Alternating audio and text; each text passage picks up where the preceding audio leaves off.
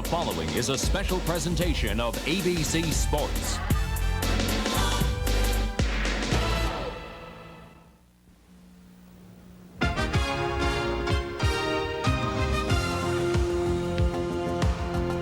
Gymnastics, a sport that demands perfection, where often a thousandth of a point determines a champion. A sport that requires expertly controlled and timed explosions of effort that produce tricks and routines that look graceful and fluid. It's a sport that takes tremendous strength and creativity. From the World Cup Gymnastics Championships in Brussels, Belgium, an international field of the world's best gymnasts will meet in the final and most prestigious invitational competition of the season. All today on ABC's Wide World of Sports. Daybreak at Santa Anita. Time for the trainers to head for Clocker's Corner. From here have come 4 of the last 5 Kentucky Derby winners. 77-year-old Charlie Whittingham is often first to arrive. This morning he's here at 5:30. From Clocker's Corner, he sent Ferdinand to win at Churchill Downs. And later that good horse Sunday Silence to beat Easy Goer in Kentucky. Wayne Lucas arrives by horseback at Clocker's Corner. He's a regular here and timed the works of the filly Winning Colors before taking her to win the Kentucky Derby. Ron McAnally trained the great John Henry, but he's never won at Churchill Downs. Today he'll send Sea Cadet, a horse without a tail, in the Santa Anita Derby, looking for a trip to Kentucky. Dick Lundy's talented gelding Dinar is a favorite today in the race that annually produces the West Coast Challenger for the Big Derby. It's Santa Anita Derby Day with Kentucky just a victory away. For today's steeplechase jockeys riding their mounts over 30 fences here at Aintree, they just might feel like a driver facing the possible danger of turn 4 at Darlington. Or maybe like a batter facing the prospect of a Roger Clemens fastball. Or perhaps like a skier facing imminent disaster at the Hahnenkamm downhill at Kitzbühel. Because here at the Grand National, they're in a 40-horse stampede. Over 30 jumps and 4 1/2 miles around this famous old course just outside Liverpool, England, competing in the 144th running of the Grand National Steeplechase. It's one of the premier events in the world of horse racing, all today on ABC's Wide World of Sports.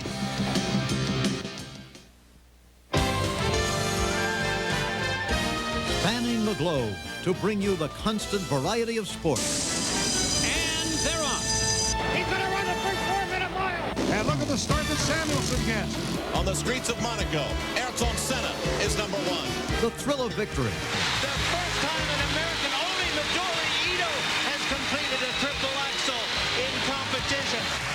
And the agony of defeat. Look out! Look at it go! Oh, baby, what a terrible fall. The human drama of athletic competition. Katamas, maybe a gold medal. In our 30th anniversary season, this is ABC's Wide World of Sports. From TV1 in New York, here's Frank Gifford. Hello again, everyone. Happy you're with us as we continue our anniversary season. Over the last 30 years, thoroughbred racing has been a mainstay of Wide World of Sports. The tradition began in Europe, where we brought you unique events like horse racing on ice from St. Moritz, Switzerland. And then we brought you such classic races as the Grand National Steeplechase from Aintree, England, which was the very first horse race we ever televised on Wide World of Sports, and that was way back in 1962.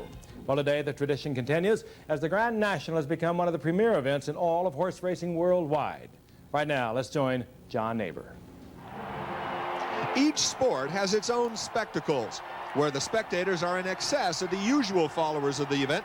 And it's probably because something exciting is about to happen. In football, it's the Super Bowl. In car racing, it's the Indianapolis 500. In thoroughbred racing, it's the Kentucky Derby. And so it is right here today in the small town of Aintree on the west coast of England, where over 70,000 have gathered to brave cold drizzle and windy conditions. I'm John Neighbor, and I'm standing in front of the 15th fence. They call it the chair, and it unofficially marks the halfway point around the Grand National. There always seems to be a great deal of anticipation before each year's race because the animals are often more than a decade old, and the winners have occasionally even pulled a plow. It's the prospect of the long shot that makes this every man's event. Now, working with us at Aintree is a former jockey at the Grand National and ABC's chronicler of the sport, Lord John Oaksey. And Lord John, why does it seem that the thrilling stories almost always seem to come from the unproven horses and the amateur riders? John, the first reason is the size of the field. 40 horses setting off over these fences, you're going to have falls. And if a horse falls close enough in front of you, that's curtains. The other reason is the fences. These fences not only look different and are made of different stuff, they're the biggest fences in the world. Take this one, for instance, the chair. 5 foot 2 inches of fence, 6 foot of ditch, so that depending on where a horse takes off, he's got up to 12 foot before he even reaches the top of the fence. They call a national the supreme test of horses and horsemanship. I guess this may be the most testing bit of all. With these high fences, the race becomes difficult to predict, so wagering is both busy and fun-filled.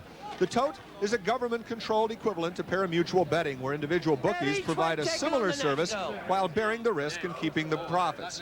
These bookies odds are often considered the most knowledgeable and significant. 7-1 Bonanza Boy, 7-1 Garrison Savannah, 7-1 Rhiners. Take your pick. These are the 3 favourites. Garrison Savannah, who won the Cheltenham Gold Cup 3 weeks ago, trying to become the first horse since 1934 to complete the big double in the same year. Bonanza Boy is ridden by Peter Scudamore, Britain's champion jockey. His father won the race on Oxo. And Renus, third in this race last year, is trained at Tarzan's birthplace, Greystoke Castle. Now, surprises continue to vex the bookies and punters or bettors alike, as was the case in 1956 when Devonlock appeared to have the race won, only to shock the world by taking a dive on the last furlong. Now, these animals might be a different breed, as Lord John Oaksey discussed earlier. This is 10 of Spades, an 11-year-old steeplechaser who's running in the Grand National at Aintree. As you can see, 10 of Spades, who's been racing since he was 4 years old, is a good few sizes larger and stronger than the 3-year-olds who contest your Kentucky Derby and the other great American races. He needs his size to cope with the 30 big fences out there. He needs his sloping shoulder and thicker, stronger legs to cope with the drops over beaches. But most of the qualities you need to win a Grand National are invisible. You can't see 10 of Spades' stamina, or his courage, or his intelligence. He needs the stamina to go 4.5 miles round Aintree. He needs the courage to take on the fences and keep going to the end. And he needs the intelligence to steer clear of trouble when he's got 39 rivals messing about around him. Those invisible qualities can be enhanced by allowing the animals to get familiar with the first fence, as the riders are doing right now. The Grand National Racetrack is not only longer than that at Belmont, it also has to be circumnavigated twice around. The full field starts down the 3/4 mile straightaway towards the most famous obstacle in steeplechase. Beecher's Brook. And as Uncle Merlin's rider found last year, the unexpected can still happen at Beecher's. Now, after this first hard left turn, the field heads back towards the grandstands and the halfway point. The next 2 fences, the chair and the water, are the only 2 which are jumped once in the race. And those that remain at this point try to do the circuit one more time. And it's now that endurance comes into the battle. There's a mile to go, 4.5 miles, the longest horse race in the world. So with that daunting objective in front of them, the bookkeepers down at the track are closing their satchels to indicate the race is about to begin. They're lining up, and Keith Brown, the starter for the Grand National, climbs his rostrum. A tense moment for jockeys this. They've chosen whether to go on the inside or the outer, and I think The moment's coming. All lined up, one out of line, and as he comes in, Keith Brown presses the lever, and they're off. Throughout the race, we'll be joined by the BBC announce team. You'll be listening now to Peter O'Sullivan. Oklahoma, Mr. Christian, Golden Freeze, Garrison Savannah on the inside, Ballyhane over on the far side, but Oklahoma is the leader from Golden Freeze. Then on the outside is Mr. Christian and Ballyhane as we join them at the first fence with John Hanmer. Oklahoma right on the inside. They're spread right across the course, over the road on the outside with Docklands Express, and Docklands Express is down. He was just about disputing the lead when he went. Well, the first jump, John, is a little bit scary. The second one is equally important. Yes, the first one is a tremendous relief to get over. Horses very often over-jump the first, but this, the third, is the most dangerous. It's Golden Freeze right near us on the inside with Oklahoma, and then up there is Ten of Spades and Lagoon and over the road, and I can't see any fallers at that big ditch, and as they go to the fourth, Golden Freeze disputing the lead with Blue Dart, Ballyhane and Lagoon, and over to Julian Wilson.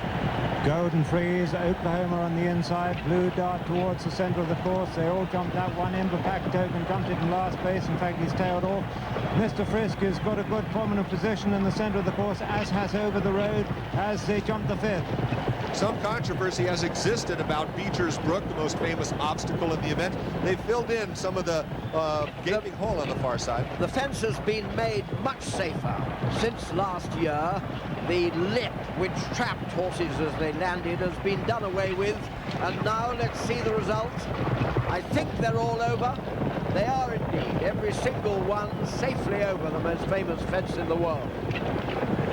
It's Golden Freeze who leads from Over the Road, and Oklahoma on the inside. Garrison Savannah's from fourth, and the outside is Mr. Frisk. Behind those is Renus, and Southern Air is a faller, and he's interfered very badly with Bumble Swally at the back, but the leaders go under the canal turn with Golden Freeze making it. Oklahoma on the inside, then Over the Road. Jumping up on the inside there is Renus into second place, Garrison Savannah's in fifth, then Mr. Frisk on the outside is General Chandos.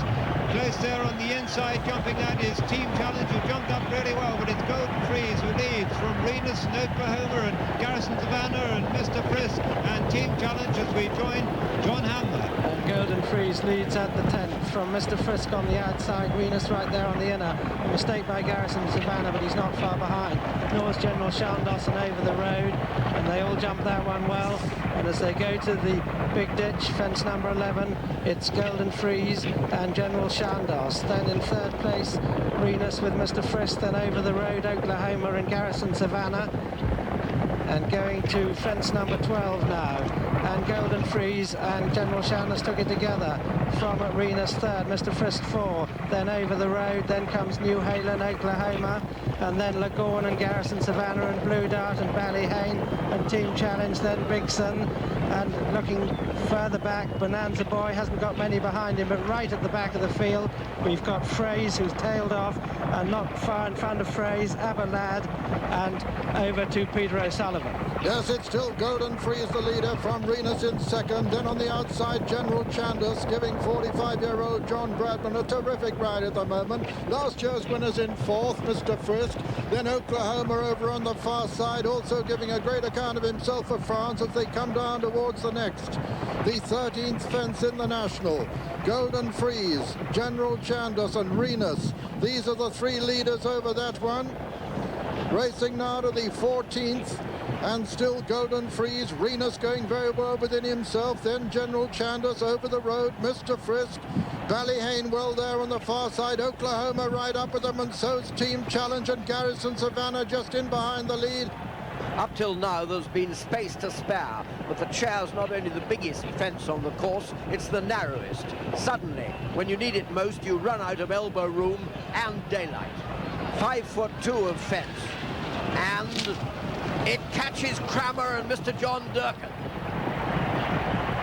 Cramer has gone, but coming to the water, it's Golden Freeze, the leader from Team Challenge. In third place is Oklahoma, Renus 4 on the inside, Garrison Savannah 5, then General Chandos, then Ballyhane and Over the Road, and behind them Durham Edition and New Haven. And then looking further back, it's Golden Minstrel, And racing now across the Melling Road for the second time, it's Golden Freeze, the leader, from Team Challenge's stable companion. Renus going well on the outside. Oklahoma well up there with them, and Garrison, Savannah and Ballyhane, and General Chandos on the outside, and then New Halen, and over to John Hanmer. And Golden Freeze still the leader from Team Challenge, then Renus, General Chandos. Then comes New Halen over the road, and Garrison Savannah at fence number 17. And the leaders over it safely with Golden Freeze, then Renus, Team Challenge, then Oklahoma right there, New Halen's there, and Ballyhane and Auntie Dot. Aberlad's been pulled up, and Team Challenge a mistake at the 18th, but there are plenty standing as they come to the 19th, an open ditch, and it's Golden Freeze from Renus, then New Halen, Garrison Savannah, Oklahoma. Seagram's got right into it. So now well into their second circuit of the course, the jumps that were easy the first time around become a little bit more difficult as the horses begin to tire. Garrison Savannah still going well on the inside, but there's Renus gone. Neil Doughty, a dreadful fall as they come down towards the fence before Beeches. Golden Freeze in the lead from Garrison to Savannah, going really well on the inside. Seagram's much closer now. On the outside, moving up much closer, is New Halen. But as they race down towards Beeches, it's Golden Freeze, now challenged by Garrison Savannah, New Halen, and right up on the outside is Over the Road, then Seagram and Auntie Dot and Foil Fisherman as they come to Beeches for the second time. Golden Freeze over, a bad mistake by New Halen, but all the leaders over. Big Sun has been badly interfered with by a loose horse. The one faller there is Blue Dart. Blue Dart as the leaders come to the 23rd fence. And Mr. Frisk's been pulled up as the back at the back as the Gold Cup winner. Garrison Savannah goes into the lead, or goes to dispute it. Hot Plate has been pulled up at the back, and New Halen is also a faller, but at the canal turn it's Garrison Savannah who jumps into the lead. Garrison Savannah, ridden by Mark Pinter, is the son of the trainer, and they're trying to set history now by being the first horse to win the two biggest steeplechases in the same year. The leaders still seem to be going well, but it's now that stamina comes into play. There's nearly a mile to go, and who knows which of these legs are beginning to feel like legs. And they've got 4 to jump, and it's Garrison Savannah and Golden Freeze from Seagram, Auntie Dot, and they're very closely bunched, this group, and on the outside Over the Road, and Garrison Savannah led over that. Garrison Savannah with Auntie Dot second, Seagram third, Over the Road 4, Golden Freeze 5, Durham Edition still going well is 6, then Foil Fisherman 7, Old Applejack 8, Golden Minstrel 9, Lagorn is 10th, and then behind Lagorn is Bonanza Boy and Ballyhane, but they've got 2 to jump as they go across the Melling Road. It's Garrison Savannah from Auntie Dot, Seagram, Durham Edition, Over the Road, and the weakening Golden Freeze, and over to Peter O'Sullivan. Yes, it's Garrison Savannah trying to make turf history by becoming the first since 1934 to win the Gold Cup and the National in the same year. But he's being pressed all the time by Auntie Dot, and Seagram, who's going strongly too.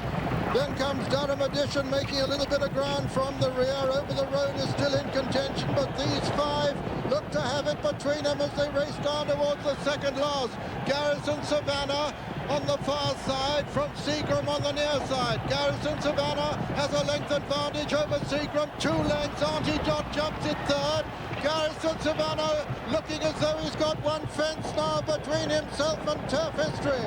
Garrison Savannah, ridden by Mark Pittman, the Gold Cup winner, comes to the final fence, 3 lengths clear, jumps it well. Seagram jumps it second, Auntie Dot third. But then the old man, Durham Edition, and it's Garrison Savannah being chased all the time by Seagram. Garrison Savannah by 4 lengths as they come to the elbow from Seagram, who hasn't given up. Garrison Savannah with Seagram putting in a tremendous run. Seagram is beginning to get up on the near side. Seagram has taken it up, and he's going to win the National.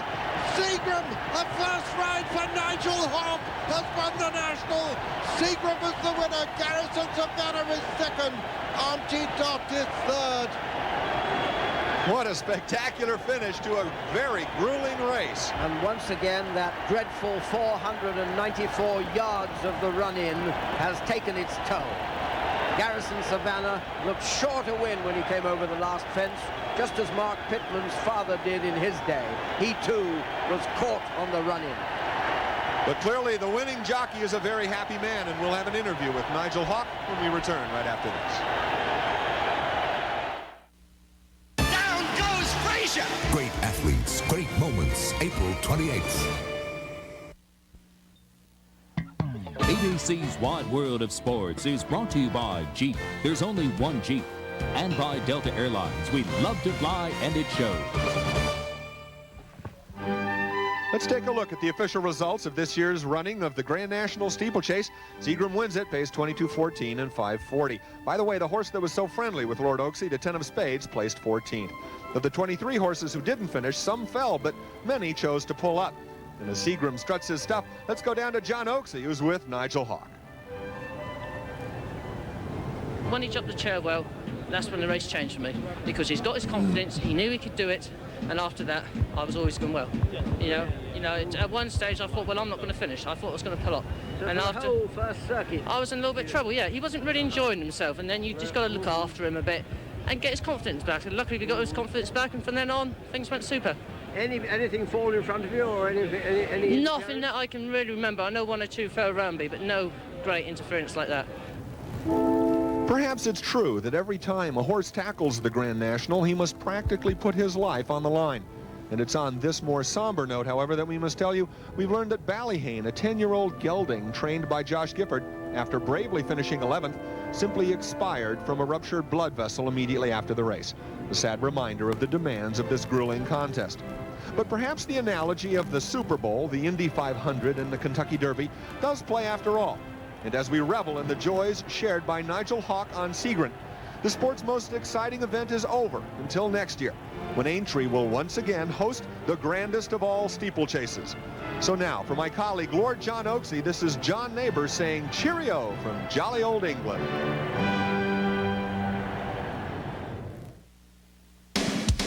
Coming up on ABC's Wide World of Sports, the World Cup Gymnastics Championships featuring the men's all-around.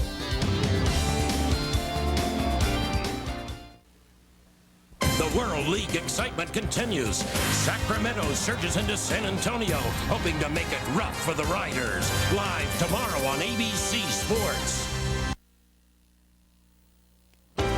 Once again from New York, Frank Gifford. We'll be going to gymnastics in just a moment. Earlier today at the Indianapolis Motor Speedway, A.J. Foyt, for the second straight day, continued his comeback from a severe leg injury which he suffered as a result of a racing crash last September. Foyt is expected to compete in a record 34th consecutive Indy 500 in May, and today he commented on how it feels to be back in a car. I was kind of anxious to get out there just to see how I was going to come back, and it felt pretty good. You know, I still got a long ways to go, and we got a long time, but I wanted to hurry up and get this first part out of the way, and since it's over with, I think we'll be all right by the end of May. Foyt will attempt to qualify for the Valvoline 200 in Phoenix, and you'll see that here on ABC Sports on April the 21st. Right now, let's join Donna DeVerona and Bart Connor in Brussels for the prestigious men's all-around at last year's World Cup Gymnastics Championships. It's 1,000 years old. Brussels, Belgium is a fascinating place. Known for its chocolate, it also offers other delights. Beer, anyone? There are 300 varieties. Steam mussels are a specialty. This is a city of contrasts. Ancient Gothic cathedrals seem frozen in time in a city that's fast becoming the economic capital of Europe. On the horizon looms a legacy of the 1958 World's Fair, a symbol of the atomic age, a reminder of the Cold War, perhaps thawed over the years through international sports. Welcome to the Sports Exhibition Hall in Brussels, Belgium for the World Cup Gymnastics Championships. Today, the men's all-around. Hello, I'm Donna DeVerona, and athletes from all over the world love to come here because it's by invitation only. With us, Olympic gold medalist Bart Connor. And Donna, one of the interesting things about this competition, as you mentioned, it's invitation only. The way the athletes get here is there's a series of World Cup qualifiers throughout the world this past year. Each country, based on how well they do in those qualifiers, has a chance to invite their two best athletes. It's an individual competition only. And in the all-around, the Soviet Union has dominated world championship competition, winning every single title since 1978. So this event is theirs for the taking. And it seems like every time we show up at a major world meet, we talk about how the Soviets are favored. Today is no exception. Vitaly Sherbo and Valery Belenky are two fine Soviets. They're best of friends, but they'll be intense rivals today. Well, who can challenge them? I think perhaps the Chinese is the only team that has the opportunity to challenge the Soviets in terms of difficulty, but most importantly in terms of technique and execution. They're led by Li Jing. And how about America's only entry, Lance Ringnauld? This type of format actually plays into the hands of Lance very nicely. He has plenty of difficulty in his routines. Certainly he'll gain the attention from the judges because of that. He'll need to be very clean and stick all of his landings if he hopes to finish among the top group. What's interesting once again, though, this is a Soviet competition to win. They come here not only to win the gold medal, but to take the sport of gymnastics to new levels. We'll see new techniques, new combinations, and new skills today. In the all-around, the men will compete on 6 different apparatus in 6 rotations. So far, 2 rotations have already taken place, and as expected, Soviet gymnasts Valery Belenky and Vitaly Sherbo are leading the way, with Sherbo out in front. Only in his first big year of international competition, Vitaly Sherbo opened with a powerful floor exercise. The 18-year-old from Minsk was the winner of 4 golds, including the all-around gold medal at the Goodwill Games. His daring moves always grab the attention of the judges.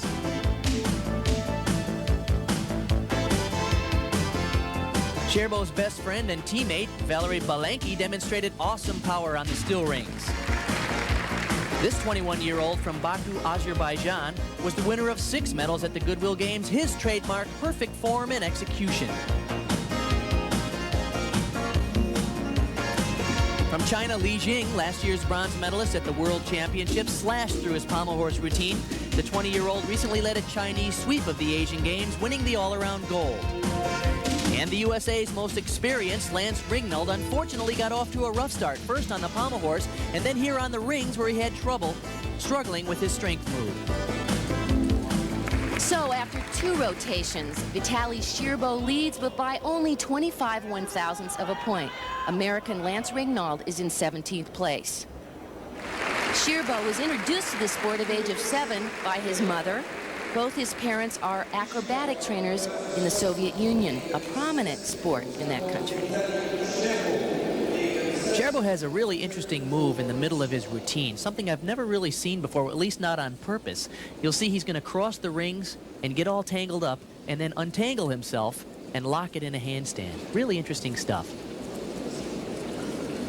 He opens with his strength sequence. Straight arm, straight body, press to handstand. Look at the power. Okay, now here comes his combination. He twists the rings, goes back through with a dislocate, twists them again, and freezes it in a handstand. It's unusual to see that kind of originality on rings because generally the gymnasts are only facing one direction. Rarely do you see them turn and face the other direction. Clean dismount. Bart, earlier in the competition, we asked Sherbo why he did such a unique routine, and he said because nobody else does it. And this is so typical of the Soviets. They come to the competition to introduce new elements. This move looks a little bit like a puppet being swung around by the strings. The difficult part is squaring back up and freezing that handstand without any movement. His score, a solid 9.8. Up next, currently in a tie with Valery Belenky, China's Li Jing. Now, Li Jing is one of the first male gymnasts to perform this vault. It's the Yurchenko vault, taken from Natalia Yurchenko of the Soviet women's team. Watch how complex this vault is. And Li Jing had tremendous height. And Bart, women have been using this vault for nearly 10 years. Why are the men suddenly using it? Well, this style was just basically an extension of a similar technique used to mount the balance beam for the women. Notice the round-off onto the board, the back handspring onto the horse, and look at the height in the air. The men realize that this technique opens the door for potentially more difficult and daring vaults. Maybe we finally just wised up. His score, a 9.750. ABC's Wide World of Sports continues with more of the World Cup Gymnastics Championships.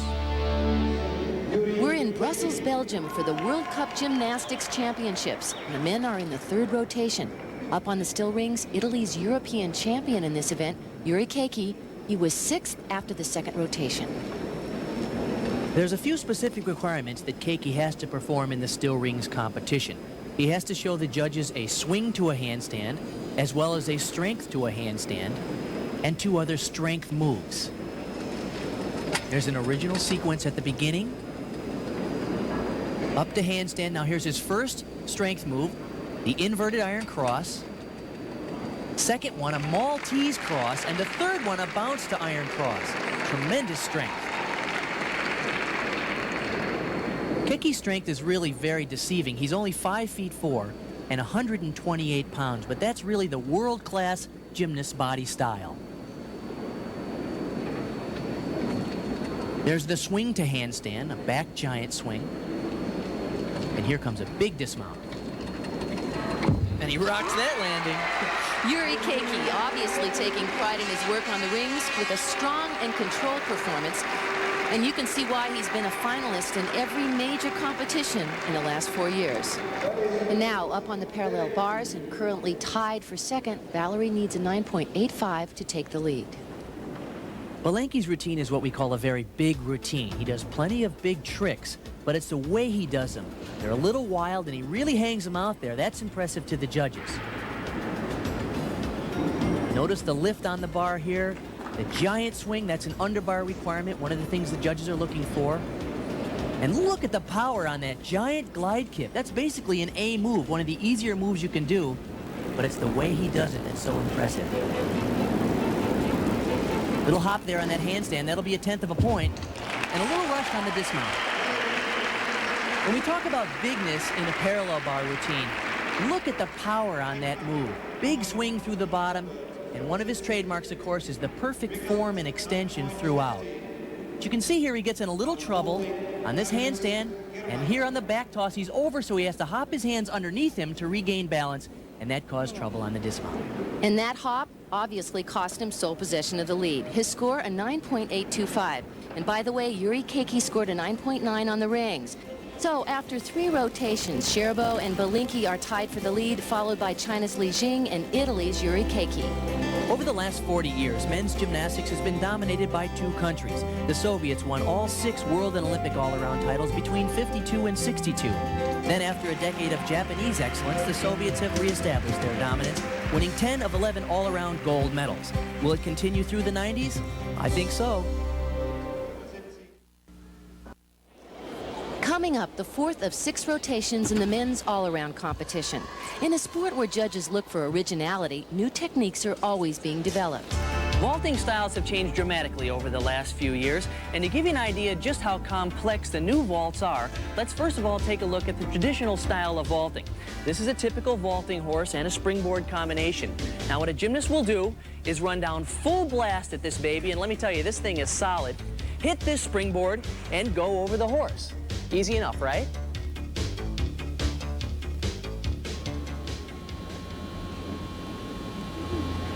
It's a good, strong, powerful run. Oh, good heavens!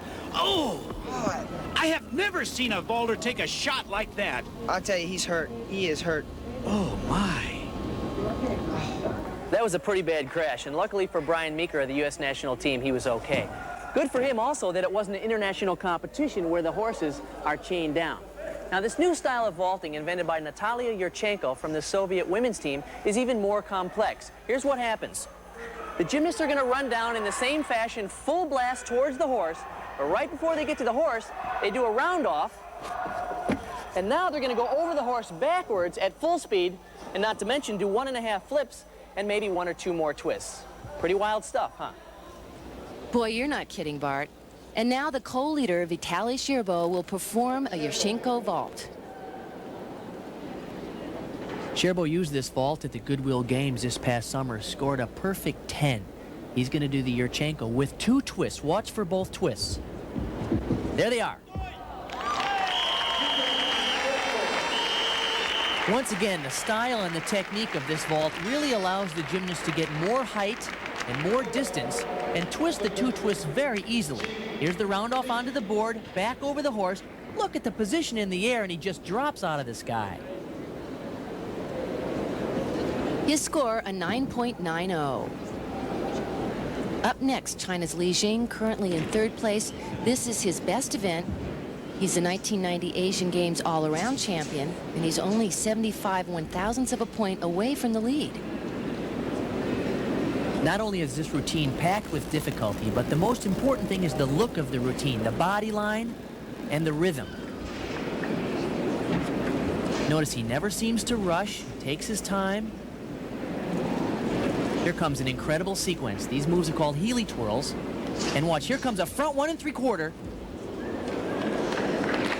Very difficult combination. And once again, notice the rhythm. He takes his time. It's very slow, very smooth. Great landing. Looks like he just hung on to it, though. He was up on his toes, but he did a good job in correcting. You know what's really unfortunate about this routine is the best sequence of the routine comes up here, the Healy twirl to the front 1 3/4. Unfortunately, after this move here, he has to push back, and he does a move of no value on the back swing. That's a 2/10 of a point deduction. The judges will have to take that. For Li Jing, it reflects in his score a 9.8. Belinki's ready to mount the high bar. Before this rotation, he was tied with his teammate. He needs a 9.925 to take over the lead. He had plenty of trouble in the warm-ups with this move coming up right here. It's the Gaylord. Well done.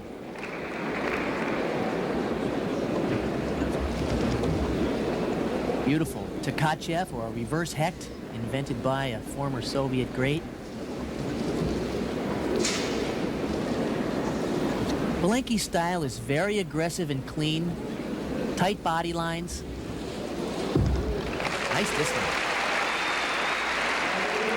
Let's take a look at what a Gaylord actually is. It was invented by Mitch Gaylord, and it's a little bit like trying to do a 1.5 flip off of your diving board, but catching a steel bar right before you go into the water. There's the 1.5 flip, and there's the regrasp. Unfortunately here, there's no water if you miss. Valery Belinki's score, a 9.825. He drops to second.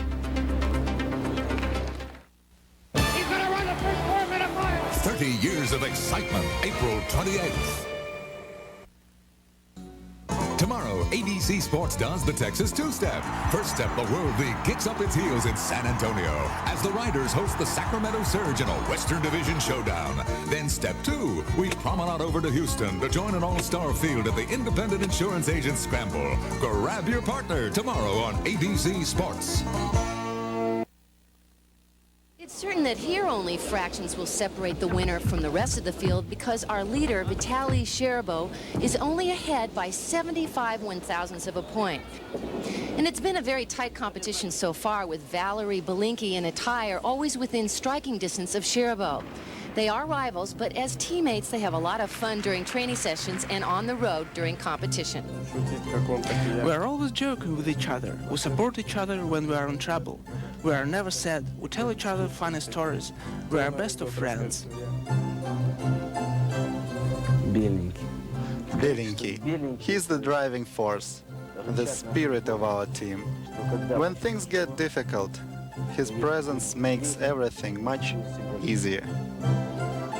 And now Belinki on the floor exercise. He's less than 1/10 of a point behind Sherbo.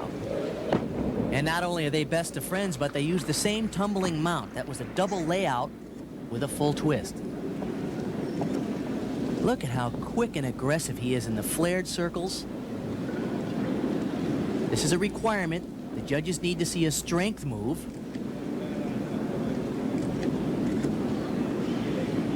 The floor exercise routine must last between 50 and 70 seconds and cover a complete floor area, which is 12 meters by 12 meters. This will be his third of 4 tumbling runs.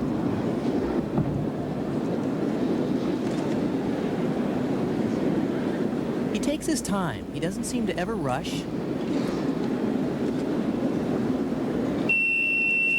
Now that bell that you hear tells the gymnast he has 20 seconds in which to complete the exercise. His 4th tumbling run, a clean pike double back. And of course, with the competition so close and only 1 rotation left, this is a critical performance. And it seems like all great competitions come down to sticking landings. Watch the position on this mount as he bends his knees and really fights to not take a step. That's great. His score, a 9.8. Coming up, his rival and friend, Vitaly Scherbo. Vitaly only needs a 9.750 to maintain a lead. Scherbo opens his routine on the end with a press to a handstand. Now this move here, a giant with a full turn, fulfills the underbar requirement. You'll notice also that he bends his knees as he goes through the bottom. That's the proper technique. That's not a deduction. He's in a little bit of a hurry. Seems just a little rushed. Oh, and that step there with the hand, that'll be a 1/10 of a point deduction. And another step on the dismount. And that'll cost him. We'll wait for the score. He's certainly not pleased with that routine.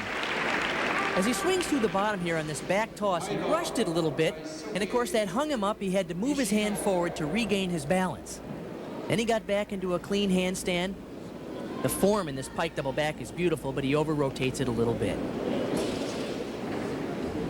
And a 9.6, that's a little lower than I thought it was going to be. The scoring has been very strict here. And for the first time all day, Scherbo has lost his lead to his teammate Belinkie. Up now, China's Li Jing on the high bar. One of his best events. Li Jing uses a similar release sequence that we've seen from many of the top gymnasts in the world. He's going to do the Gaylord front flip over the bar early in his routine. Here it comes. He does it with his legs straight, the piked position. Oh, in a little bit close. And he has to check that front stalder. That straddle move was in a little bit close. He didn't want it to go that way. Terrific sequence there. 2 release moves back to back. Once again, a Li Jing trademark. His body line is so clean and extended. It's a dismount. Double twisting, double way out. Fabulous routine, and he gets so much height. Talking about height, let's take a look at this Gaylord. When Mitch did it, he did it with his legs bent. Li Jing shows it with his legs straight. This is the piked position, but he's in a little too close, and you'll notice right here he bends his arms. That's a deduction. And Li Jing's score, 9.725. A dramatic routine, but not technically perfect. And just like last year's World Championships, Li Jing trails 2 Soviets. This time, less than a 1/10 of a point separates all 3. Who will win the gold? We'll find out on the final rotation. Coming up on ABC's Wide World of Sports, the Santa Anita Derby, live. It's a triple, a fly, and a home run. First, Christy Yamaguchi, Tanya Harding, and more shine. Plus, Mark Spitz duels Tom Jager in the Claro Option Challenge. And the Bluegrass Stakes, presented by John Deere. It's all next Saturday on ABC's Wide World of Sports. This is the final rotation in the men's all-around competition. Valery Belinkie has taken the lead from his teammate Vitaly Scherbo. And this is a confident moment for Belinkie because he's finishing this competition with one of his strongest events. One of the great things about Belinkie's style is look at his body line. Doesn't it remind you of like a sharpened pencil all the way down to his toe point? Very nice extension, clean line. Beautiful rhythm. He checked that handstand just a little. Look at the elevation of those flares. Big dismount. But it looked a little wide, Bart. He was a little out of control on that dismount. Only 75 1/1000ths of a point separate Belinkie from Scherbo, who's up next on the high bar. He seems pretty pleased with that performance. This is a great angle to notice the hip elevation above the pommel. That's the most difficult thing about pommel horse. And even though this is an intense moment, Belinkie's signing autographs, his work's done, and all he can do now is wait and watch. His score, a 9.8, which leaves the door open for his teammate Scherbo. Scherbo needs a 9.950 to move ahead. And this is one of his best events, the high bar. He won this at the Goodwill Games. And keep in mind that judging has been rather tight. The highest score of the day is 9.9 to this point. He'll have to be nearly perfect. Here comes his Gaylord release move. Nicely done. Very smooth swing out of that release move. Beautiful one-arm sequence to a release move. It seems like it always comes down to the landing. Everything so far has been perfect. And a hop. I don't think he'll get the score. That could be the difference right there. How frustrating. And of course, he gets the mandatory kiss from his team. Let's see what happens here in the distance. He do 2 flips and 2 twists, and he's just a hair short of rotation. Can't pull it around, and of course has to hop. And the weight for the score. Remember, Silva needs a 9.95 to move ahead. Silva has still the time to move ahead. Valerie Belinky maintains his lead. The final competitor from China, Li Jing, he would need 10 men and a 9.825 to displace Silva second. He has a very explosive tumble. Form on that mountain. Now watch this next move. This is going to be a half twist and 1 3/4 flip in the straddle position. Looks pretty wild. That was invented more than 10 years ago by one of his Chinese teammates, Li Yuezhu.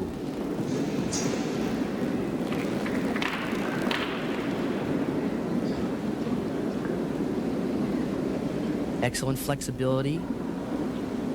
Press to handstand. Covering the floor area here with a round-off layout backflip.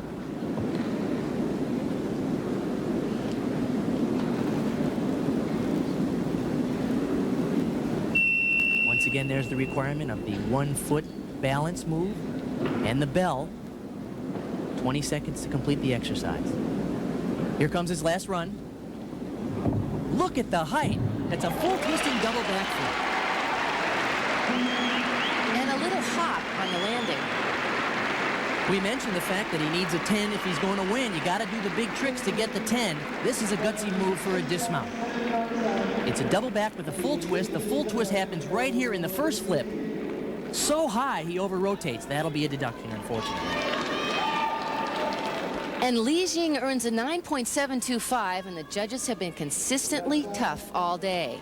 And just like last year's World Championships, Li Jing finishes 3rd behind 2 Soviets. This time, however, it's Valerie Belinky who captures gold, and his teammate, Vitaly Shirbo, takes home the silver.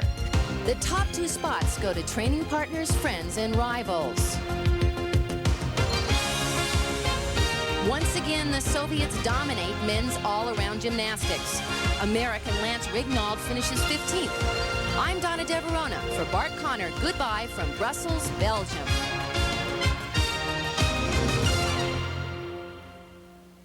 Frank Gifford once again, and you're looking at a live picture from Arcadia, California, where coming up in just a moment, we'll have the running of the Santa Anita Derby presented by the John Deere Lawn Care Dealers. But right now, it's time for our Athlete of the Week. Last week, while much of the country was watching the NCAA championship on the hardwood, another one was decided on the ice in what was perhaps the greatest college hockey championship game ever played. ABC's Wide World of Sports Athletes of the Week. Brought to you by Acura Automobiles. Experience precision-crafted performance. Northern Michigan captured their first national title last Saturday, but it was a long, rough night. Charging back from a 7-4 deficit in the 3rd period, their opponents, Boston University, tied up the game with just 39 seconds to go. And then came dangerously close to winning on this last-second try. 3 overtimes later, in what became the 2nd longest title game ever, Northern Michigan's Darryl Plandowski scored the winning goal. And Northern Michigan's men's hockey team, ABC's Wide World of Sports Athletes of the Week. York, Frank Gifford. Okay, before we go out to the Santa Anita Derby, let's get you up to date on other important horse racing results as the Kentucky Derby draws near. Today in New York, in the Gotham Stakes, Kyle's Our Man won by 4 lengths over the mile at Aqueduct. Also today in Hallandale, Florida, the mile and 16th preview stakes was run at Gulfstream Park, where Shoot to Kill won in an upset victory over favorite Cahill Road. Now, that's Cahill Road in on the rail. Cahill Road, the favorite again, was finished 3rd. Okay, right now we're going out to Arcadia, California for the running of the Santa Anita Derby. Jim McKay is standing by out there. The Derby, of course, brought to you by the Deere Lawn Care Dealers. And Jim, already a couple of upsets today. What can we look for from you? Well, Frank, our search for this year's Kentucky Derby winner has now taken us from Florida, where we saw Fly So Free establish himself as the favorite for the great race, to California. Whoever wins today's Santa Anita Derby here automatically becomes the West Coast challenger for Kentucky. Now, the favorites are two geldings, Dinar and Best Pal. It's worth noting, I think, that no gelding has won the Santa Anita Derby in 51 years, since the year before Pearl Harbor, and no gelding has won the Kentucky Derby since the year of the great stock market crash in 1929. However, Dinar and Best Pal both have impressive credentials, and the fact that they've been physically altered has affected them, well, only in a positive way in their careers so far. But they'll be challenged today by Sea Cadet, a horse without a tail but with a lot of speed, and Scan, handled by Scotty Schulhofer, who of course seems to be the trainer of destiny this spring, since he also trains Fly So Free. But now to the conditions for today's race. This, of course, is the Santa Anita Derby, brought to you by your John Deere lawn care dealers. $500,000 in the pot, 1 1/8 miles. That's 1 furlong shorter than the Kentucky Derby. The track is fast today, but not all that fast so far. The wind is not a factor. Let's take a look at the odds in this 9-horse field. A wide look at Santa Anita. The mountains invisible today. The smog is obscuring them. But a good crowd is here, somewhere approaching 50,000. The track is happy about that. Here is Maine Minister at 25-1. Not a bad bet. Compelling Sound, Charlie Whittingham sorts at 10-1. Conveyor at 99-1 or more. The board only goes to 99. Same for Bounding Back, who is a maiden. He's never won a race. Best Pal at 3-2. Dinar at 2-1. So Best Pal, somewhat surprisingly, is the favorite. Scan at 8-1. Sea Cadet at 7-2. And Media Plan at 39-1, and that also could be a bit of an overlay. So those are the odds at this moment as we come to you live from Santa Anita. Now here is Charlesie Candy. Charlesie, this West Coast situation is very fluid and very interesting. Why don't you fill us in on it? Well, Jim, last year Best Pal absolutely dominated the 2-year-olds out here. But over the winter, there was a number of very impressive maiden winners with Derby aspirations. But of this group, only Dinar remains. But there are some others who've been around a while, and they're steadily getting better. Sea Cadet is at the top of his game. Scan is fit and sharp for a top race. Media Plan has Wayne Lucas and blinkers. Compelling Sound could be anything from Charlie Whittingham. And they all have to sort it out this afternoon, and this could be why California has had such an impact on the Derby picture in the last 5 years. Back east, the 3-year-olds can avoid each other right up until Derby Day. Whereas out here, they have to face each other in one acid test. And whoever runs big today truly deserves strong support in Louisville, Jim. No question about that. You know, the great sports writer, the late Red Smith, said that there are more good stories in horse racing than in any other sport, and I tend to agree. As evidence, consider this story. It's a long way from a Depression farm in Iowa to Golden Eagle Farm. A long way from the hard-working farm horses of the 30s to Best Pal, winner already of $1 million. It's a long way from the Iowa high school where Betty and John Mabie sat next to each other because both of their last names began with the letter M. A long way to their great breeding farm of today. They started with a ma and pa grocery store that grew into a great chain of California supermarkets. They're grateful to California. California is a very good place to raise a horse, in my opinion. We are somewhat light years behind Kentucky and maybe even Florida at the moment, but I think we're on the right track, and I think in the next 5 to 10 years you will see major improvement in the California breeding operation. I love the races, and there's nothing like that feeling to have your own horse that you bred come across that finish line in front. Well, they bred Best Pal at their farm, and he surprised them as a 2-year-old when he won the Del Mar Futurity last August. Then, after failing in the Breeders' Cup, he pleased them again by winning the $1 million Hollywood Futurity. He was rested after that until a month ago when he was a close third to Dinar in the San Rafael. His daddy, Hapatoni, won the Santa Anita Derby and stands right here in California. Best Pal is homebred all the way and makes the Mabies proud. He's a very pleasant surprise, and I couldn't have come at a better time. It's the 50th year of our the Mabies marriage, and it's just good to have a little bit of fringe benefit in that 50th year. Racing has been a great thing to share. The breeding program has been a great thing to share. We both enjoy it, and I think we both get a great deal of satisfaction out of trying to breed a better horse. I have just one lifetime goal, and that is to be #1 breeder in the United States just for 1 year. That would make me very, very happy. Well, there they are in their box today. Will Betty and John maybe receive that great golden anniversary present, victory today and in Kentucky? Well, maybe. Or will Alan Paulson, and there he is, another Iowa farm boy grown into great wealth as the head of Gulfstream Jets. Will he realize the dream with a horse named Dinar? Actually, there's a story behind every one of the horses in this race, and for more on that, here's Dave Johnson. The term breeding shed somehow doesn't fit this palatial stallion barn at Brookside Farm in Kentucky. And the owner, Alan Paulson, one of the major players in the sport, is having a ball campaigning his homebred Dinar. Impressive, tough. Watch the kick and courage of Dinar on the outside as he outgames Apollo and Best Pal. His rider, Chris McCarron, finds himself in his usual spring dilemma. Which horse to ride to the Triple Crown? He had a handful of choices. I've been fortunate enough to ride some good colts this winter, and having to choose between Sea Cadet and Dinard, I had to make that decision based on my gut feeling, basically on what Dinard has accomplished thus far. I think he's done the most this winter, and I think he's shown that he's the best colt on the West Coast, and that's basically why I chose to ride him. And here's one he didn't pick, Sea Cadet. It must have been difficult to reject a colt who carried him to such an easy romp 3 weeks ago over Scan and Compelling Sound. So Eddie Delahousie, who picks up the mount, could be the beneficiary. Runner-up Scan might be coming back to his promising 2-year-old form, and Scotty Schulhofer is the trainer of envy this spring. But Charlie Whittingham is here, always a threat, and he has Compelling Sound. Personally, Dinar looks like the logical winner, but Maine Minister, who drew the rail, is a horse with value who could win it all. But Scan is my first choice. I think he's sitting on a win. Charles C. Jim, who do you like?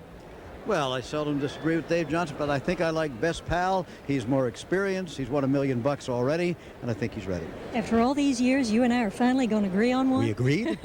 It's a close fit, but I think a horse that's won 2 Grade 1 stakes has to get the nod in a really tight race. Best Pal. Best Pal. Okay, well, we're going to find in a couple of minutes when we return. Nature's masterpiece. In over 100 years, only 11 thoroughbreds have won the Triple Crown. From Sir Barton to the great rivalry between Affirmed and Aladar.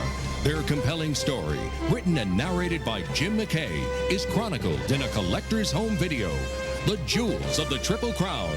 Call 1-800-4ABC-VCR for this historic treasury filled with rare and exclusive footage of these legendary champions. Only $19.98 plus $3 shipping. A final look at the odds for the 54th running of the Santa Anita Derby. Maine Minister at 25-1. Compelling Sound at 10-1. Conveyor 99-1 or better. The same for Bounding Back. Best Pal at 8-5 now, a very slight favorite over Dinar at 2-1. Scan 7-1, 7-2 on Sea Cadet. Media Plan, you see, and now to Dave Johnson. Interesting that Wayne Lucas and Charlie Whittingham made major equipment changes in this race. Compelling Sound and Media Plan both wear blinkers, and they're off. And Maine Minister on the inside to the front. Best Pal from between horses charging up. Sea Cadet on the outside. Dinar right there, and Media Plan in the middle of the racetrack. Now past the stands for the first time. Maine Minister at the rail battles with Sea Cadet on the outside. Those two heads apart. Bounding Back just behind the leaders in third. Best Pal in tight quarters fourth. Media Plan on the outside is fifth. Dinar is sixth at this point. Scan between horses seventh. Compelling Sound shuffled back on the inside, and the trailer is Conveyor. The pace is realistic as they move on to the backstretch, and Maine Minister leads at 3 parts of a length, and on the outside, Sea Cadet challenges. Those two now heads apart. A gap of 2 lengths, and on the outside, it's Media Plan, the roan, in third by a head, but now bounding back the long shot into the third spot. Media Plan on the outside is fourth. Then Best Pal is fifth. Dinar sixth, followed by Scan. Then Compelling Sound and Conveyor at the back of the pack, about 15 lengths off the lead. The half in 46-2. It doesn't look like a track record or a stakes record today. Going to the far turn. Now Sea Cadet on the outside takes command by a head. Maine Minister battles back along the inside. Media Plan is right there, as is Best Pal, who's 3 wide and joining the leaders. Dinar behind a wall of horses, fifth at this point, looking for some racing room. A quarter of a mile to go. Best Pal on the far, far outside. Sea Cadet between horses. Maine Minister hanging tough at the rail. 3 of them across the track, and here comes Dinar on the far outside. And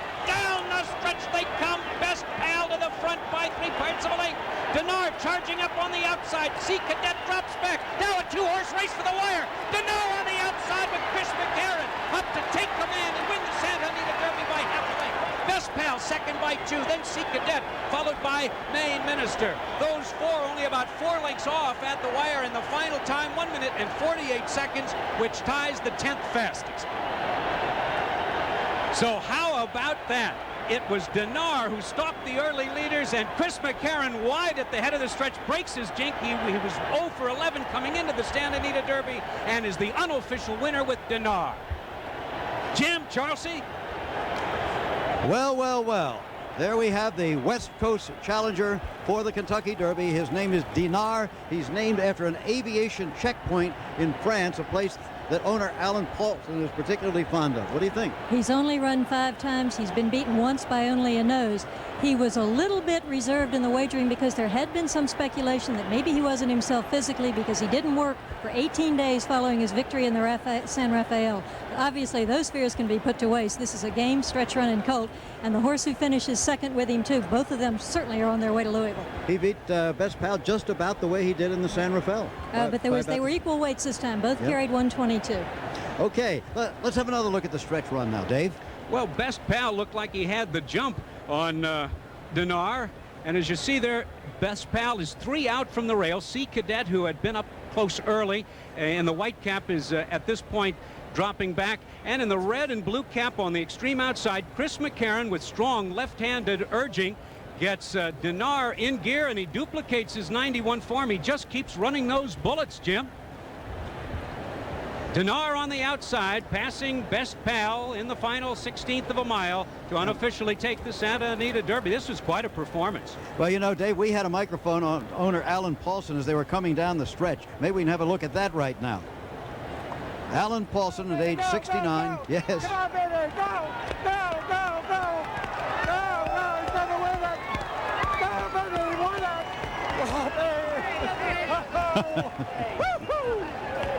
Oh, the baby! There He's made billions of dollars of jets, and he sold them all over the world, and he's flown them all over the world. But the Iowa farm boy came out just then cheering his horse to victory in the Santa Anita Derby. That was the first Santa Anita Derby victory, by the way, for Chris McCarron, the jockey. Quite remarkably, he was 0 for 11 in the Santa Anita Derby, just about the only big race in this country, I guess, that he hadn't won. Well, he's won it now at age 34. Hall of Fame jockey Chris McCarron, born and raised in New England, but he's been out here for a long time now. There was a great deal of discussion this week as to whether Chris McCarron would stay on the winner here, Dinard, or stay with C Cadet. Obviously, he made the right choice. Yes, he did. A very good family. His brother Greg rides in Maryland. Remember that Dinar is by Strawberry Road, who Paulson stands at his farm, and he's bred to go all day. The 1.25 miles of the Kentucky Derby will be no problem. Results, remember, are still unofficial. We'll be back for the official results and the prices. Once again, Dinar has won the Santa Anita Derby, unofficially.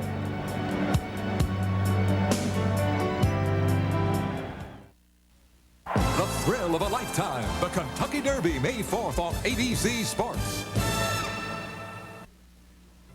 Next Saturday, it's the second jewel in bowling's Triple Crown, the BPAA U.S. Open. Then on ABC's Wide World of Sports, her historic performance dazzled us. Now national champion Tanya Harding, world champion Christy Yamaguchi, and our country's best shine in special performances. Then, my comeback faces its toughest test when I meet Tom Jaker in the Clairol Option Challenge. Plus the Bluegrass Stakes presented by John Deere Lawn Care Dealers. It's all next Saturday on ABC Sports. We have Ian Jory here now. We're back again, and the result is official. Dinar, the winner, paying $640, $340, and $260.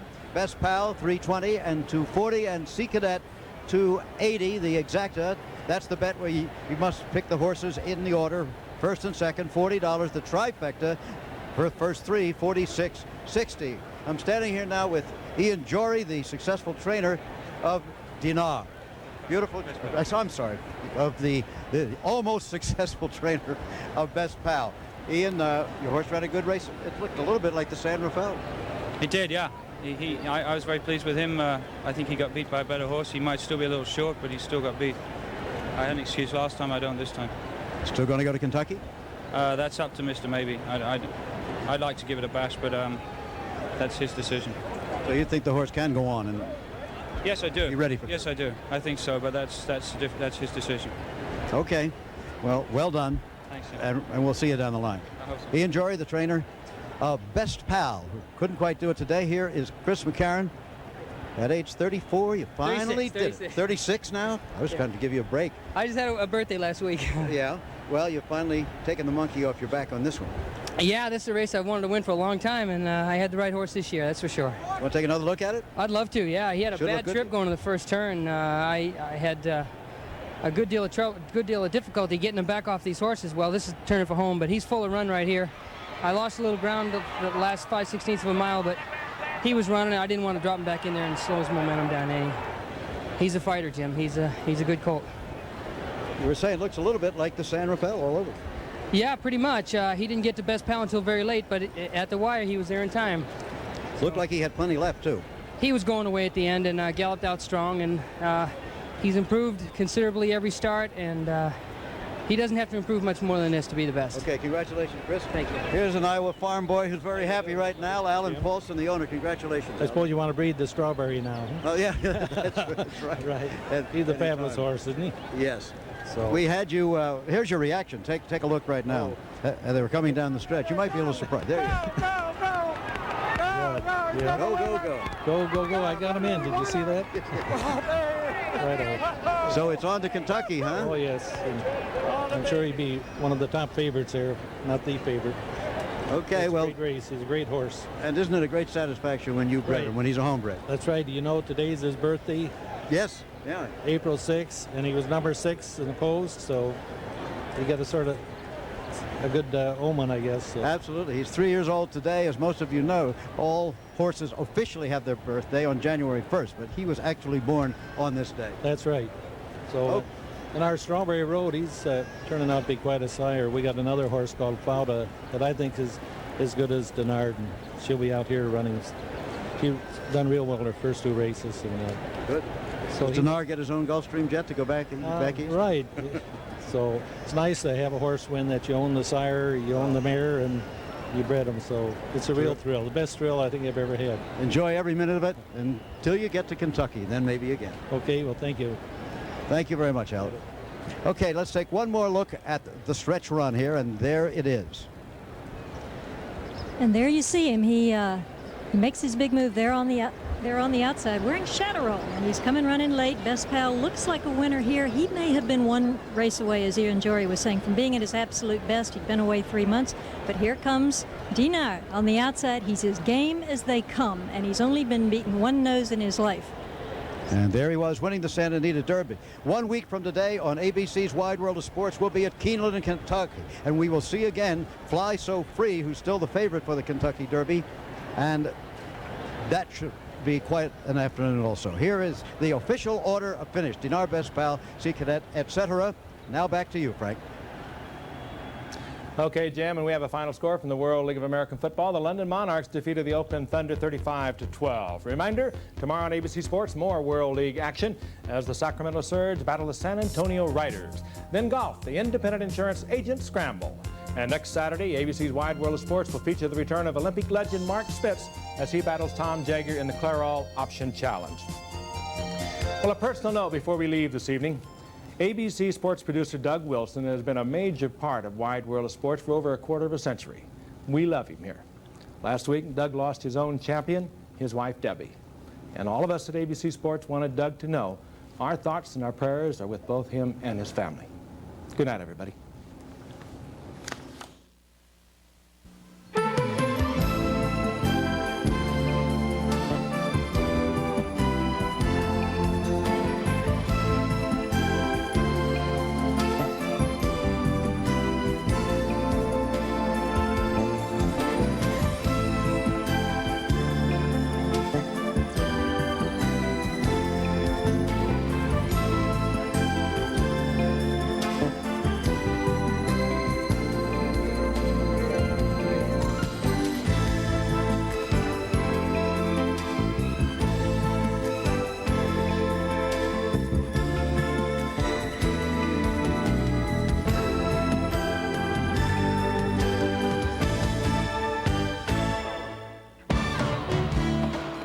Now stay tuned for your local news and World News Saturday over most of these ABC stations. ABC's Wide World of Sports has been brought to you by John Deere Lawn Care Dealers. Nothing runs like a deer. And by Jeep.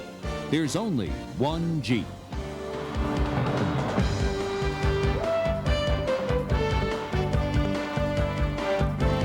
This has been a presentation of ABC Sports, recognized around the world as the leader in sports television.